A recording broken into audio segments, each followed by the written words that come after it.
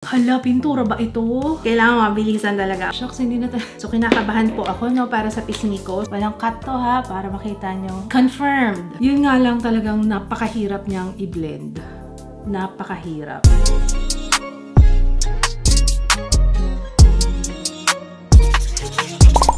Hello everyone! Welcome back sa ating channel. Most requested to lately. Grabe ko, alam niyo na kung gaano karami ang nagdi-DM, nagre-request, nagka-comment tungkol dito. Okay, eto na po. Happy Skin Jelly Blush. Okay, dumating siya ganito. Binili ko to, guys. Meron tayong extra dito. So, 3 lucky commenters. Yes, tig-isa kayo ng box. Ang bongga nga nito, may kasama pa siyang bag. Ayun, thank you so much, Happy Skin. But, alam kong very controversial itong produkto na ito. So, rest assured na lahat ng sasabihin ko is based lamang po sa aking experience, based sa aking oily, textured skin. Sorry ano lang talaga, nasad ako nung dumating to sa akin kasi ito yung purchase ko. I mean, pag PR, apakaganda, diba? Nalalagyan. Pag binili, ganito lang siya. Tapos, I think naka-bubble wrap siya. Yata.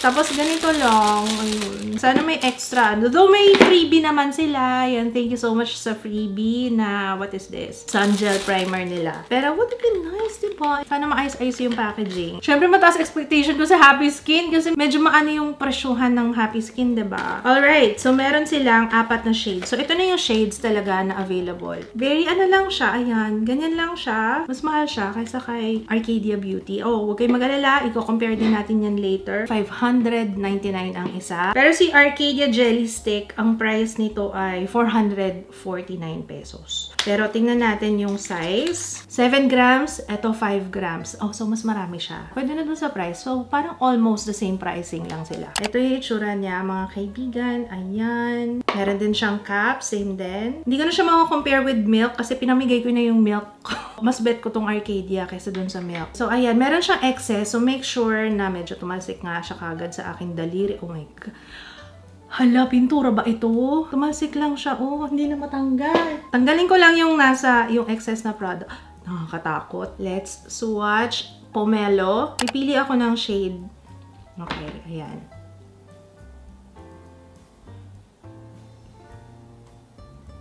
Walang cut to, CK, ha? Walang cut to, ha? Para... Ay, shit. CK... Sinabihan ko talaga yung editor ko. Pero yan, walang cut to, guys.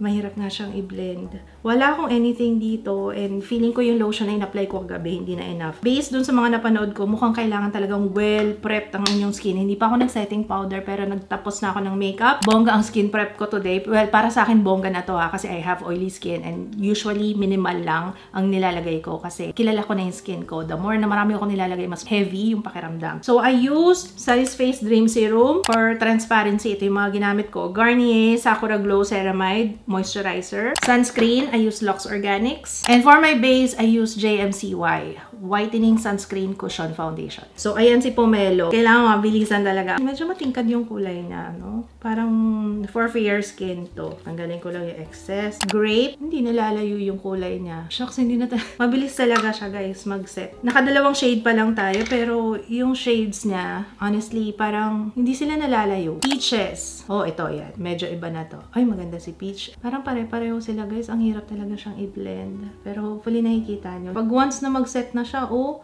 ilang segundo lang yon. So, kinakabahan po ako, no, para sa pisngi ko. So, dahil dyan, mabilis siya mag-set, dapat ang gagawin ko is swatch ko lahat sa cheeks ko. Alam niyo naman, ganun ako mag-swatch, diba? Kaso, parang, wag na lang. Next one is Raspberry. Okay, kailangan mabilis ka talaga dito. Ayan, si Raspberry. Ay, maganda si Raspberry. Pero gusto ko cool tone din. Mas bet ko si Grape. Meron akong gustong gawin, ha? Wait lang. Kasi baka kailangan nga moisturize. Teka lang. Bago ko ilagay sa face ko, itatry ko muna siya. May susubukan lang ako. Tingnan natin kung mas maganda, mas madaling mag-set kapag ka-moisturize. Kasi hindi to moisturize, eh. Sige, moisturize muna natin tong isang side. Let's see kung merong difference, ha. Mukhang tinuturuan tayo nitong product na to, no? To prep, to moisturize our skin. Ibig sabihin, hindi siya moisturize. Ang cute nyo, in fairness. Nakakagigil. Medyo nag-set na. Alright, Pomelo. Let's do this. Nilapag ko lang, ha. Ay, oo. Mukhang kailangan. Ay, hindi. Ganun pa rin, sis. Kahit na moisturized, okay. Grape. Hindi talaga. Kahit moisturized talaga yung skin mo. Medyo basa-basa pa nga yung moisturizer ko, oh. Kinakabahan ako ngayon ilagay siya sa aking cheeks. Napili ko si Grape. Let's apply. Be nice. Kailangan ba ganun? Or walang cut to ha, para makita nyo kung paano ko siya i-apply.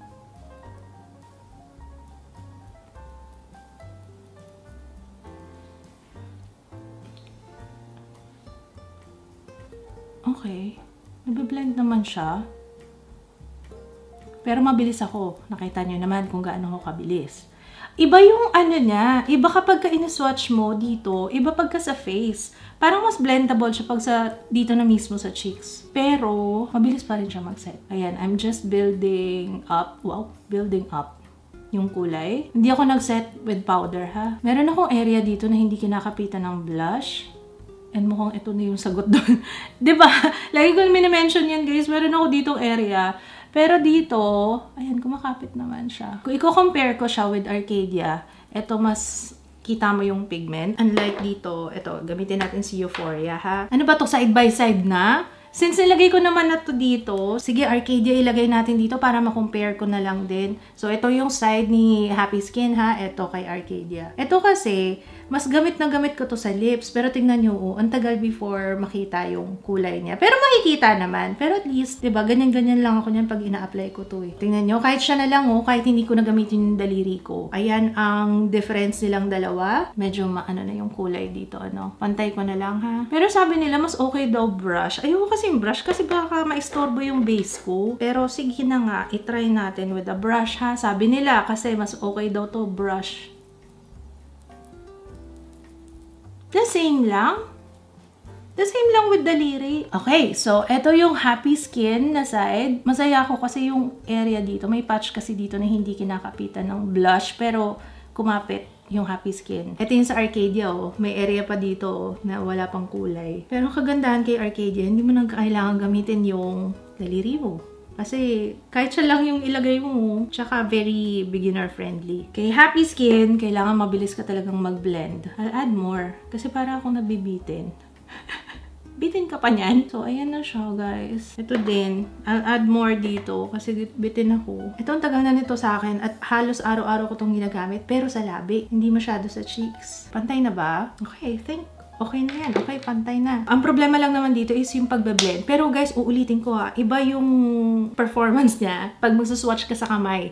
Dito talaga ang bilis niya mag-set. Pero sa cheeks, I don't know kung anong meron. Forgiving naman siya. Nakita ko rin yun, yung video na nag-swatch sa mall. Yung parang yun nga, doon nga nakuha yung term na bingo stamp daw. Kasi nga, bilog lang. Kasi nga, in-stamp lang niya na ganun. Again, ulitin ko ha. Iba dito sa kamay.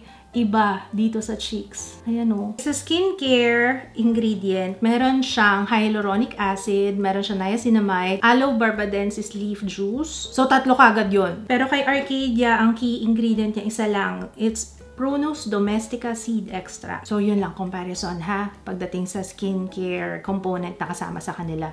Grabe yung daliri ko. And yun lang ang problema ko sa jelly stick. Kaya nga hindi ko ito madalas ginagamit sa cheeks. Kasi parang hindi siya ganun ka-even unlike yung mga cream type. Pero alam nyo, gusto ko tong i-wear test kasi kung ganito siya kakapit, kumusta siya on my oily skin? So, wear test, malalaman natin today. Gusto ko pala siyang ilagay sa lips. So, same shade. Let's try Grape. Mas gusto ko talaga siya sa labi. Ang lamig kasi nito sa labi eh. Oh, ito mas nakikita kagad. Arcadia kasi ang tagal kong mag-ganon-ganon before mag-show yung color. Pero ito isang swipe lang. Sa lips, wala akong problema. It looks nice. Very pink na yung labi natin. Okay, tapusin ko muna yung aking interface. Hindi pa ako nag-setting powder. So, okay, our look is done. To be honest, mas maganda yung itsura ni Arcadia on my skin. Let's zoom this para makita nyo. Ito si Arcadia, tingnan nyo, seamless ng itsura niya. Pero pag dito kay Happy Skin, parang na-emphasize yung mga sumpa. Mga sumpa. Yung freckles ko, ayun, may freckles ako dito. Tapos, parang nag-cling siya dun sa mga texture ng skin ko. Pantay naman yan. May texture din naman dito. Pero mas forgiving si Arcadia pagdating doon. Nakikita nyo? Hopefully nakikita nyo. Ayan. Kagaya nito. Hindi ko alam kung ano.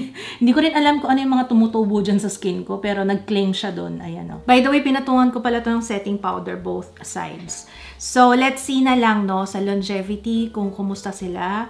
Pero right now, mas mas gusto ko si Arcadia. Though mas pigmented si Happy Skin, parang mas maganda sa skin ko si Arcadia. So, babalik ako later for an update. It is now 12:22. I-test natin to on my oily skin. Paano ba tanggalin to, guys? Hindi ko rin alam kung paano. Kariring ko na yan. Okay, babalik ako mamaya. Okay, guys, tingnan natin on natural lighting. Ito si Arcadia, tapos ito si Happy Skin. Nakikita ko talaga yung parang yung area na hindi kinakapitan ng blush, ganun pa rin, hindi pa rin siya kinapitan. Pero, nagkikling talaga siya dun sa mga chismis. Pero guys, mas gusto ko yung pigment ng Happy Skin kasi mas mabilis eh. Dahil nga mas pigmented siya, mas kitang-kita siya sa skin. Unlike kay Arcadia, ang daming ganun-ganun before mag-show up. Pero, what can you say? Mas maganda yung itsura talaga ni Arcadia. Okay guys, update. Side ng Happy Skin and ito yung side ng Arcadia. It is now 4:21. Uy, in fairness, parang ito pa rin yung itsura niya kanina. Hindi siya natatanggal. Nag-blot na ako isang beses. Mukhang pangmatagalan to. Pero yung si Arcadia,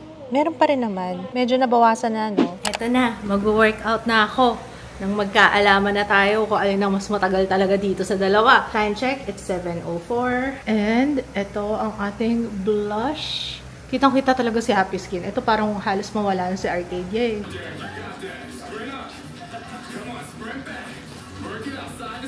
Okay guys, last and final update. Uy, iba yung Happy Skin. Tingnan nyo. Tumagal talaga siya. Si Arcadia, andito pa rin naman. Pero may areas na wala na, especially dito. Yung highest point ng cheek ko, ayan, wala na siya. Pero grabe. So, yun nga, tama nga. Confirmed na talagang pangmatagalan nga tong si Happy Skin. Anyway, yung in-swatch ko kanina, guys, so andito pa rin naman eh. Ilang beses na ako naghugas-hugas. Ayan, galing pa tayo sa pag-workout. Kumakalat na ang aking, tanggalin ko na nga to. Mahirap lang talaga siyang i-blend. Pero once na ma-achieve mo yung blend na yun, tingnan nyo, mas maganda na siya ngayon after ko pinagpawisan. Parang natural lang na nag-blush ako after working out. Yun nga lang talagang napakahirap niyang i-blend. Napakahirap. Anyway, ako, kahit naman na kinumpare ko sila side by side, hindi ako fan ng jelly. Pagdating sa cheeks, hindi talaga ako gumagamit ng jelly. Nai-enjoy ko siya sa labi. Tingnan nyo yung nasa labi ko. Yan pa rin, Pero sa cheeks, hindi. Mas preferred ko yung cream na blush. So, for the sake of this video, talagang gusto ko lang talaga i-review. Ay, ang sarap. So, refreshing. Lamig kasi. Yan pa rin yung ginamit ko yung grape. Pangalawa pa lang to. Yan pa rin yung kanina. Hindi ako nag-re-apply, guys, ha. Swear, hindi ako nag-re-apply. Kahit sa blush, hindi ako nag-re-apply. Pero kinakita, pagdating sa longevity, panalo si Happy Skin. Pero sa application, panalo si Arcadia. So, depende sa inyo. I-weigh nyo na lang yung pros and cons if you're interested in this product. So, kayo na ang magde-decide nyan. Oo. Well, anyway, hopefully, ganun naman talaga ang thinking nyo when watching my reviews. Kasi ayoko din naman i-influence kayo na bumili. At least, lagi ko naman sinasabi yung pros and cons ng product. So, ultimately, nakadepende sa inyo yan. At saka sa shade range pala ha. Yung shade range, tama ba? 5 yung Arcadia. 5 yung shades. Mas maganda yung shade range ng Arcadia kesa sa Happy Skin. Nasabi ko nga kanina, I have 3 boxes dito for giveaway. You're very welcome. Sabi ko nga sa inyo, birth month ko ngayong November. Sana more giveaways tayo ha. At eto, ang laman niya, meron kayong complete shades no jelly blush and then meron siyang cute na bag dito. Cutie bag. Mechanics na sa description box. Make sure to subscribe ha. I-check ko yan. So, hopefully nakatulong tong video na to. Uy, in fairness mukhang ito wala na kasi Ito to. Meron pa rin, pero hindi na siya ganun ka visible. Unlike no? Anyway, kung meron kayong request na gawa natin ng review or comparison, feel free to comment down below. I will try my best na ma-accommodate lahat ha kasi ang haba na listahan ko lately. Ewan ko, feel ko ng Pasko. Ang dami talaga. Anyway, thank you so much for watching. Maraming salamat. And kung hindi ka pa nakaka-subscribe, make sure to subscribe and turn on the notification bell para lagi kang updated every time na meron tayong bagong upload. Like this video kung nakatulong sa inyo. I will see you again on my next one. Bye guys! Thank you.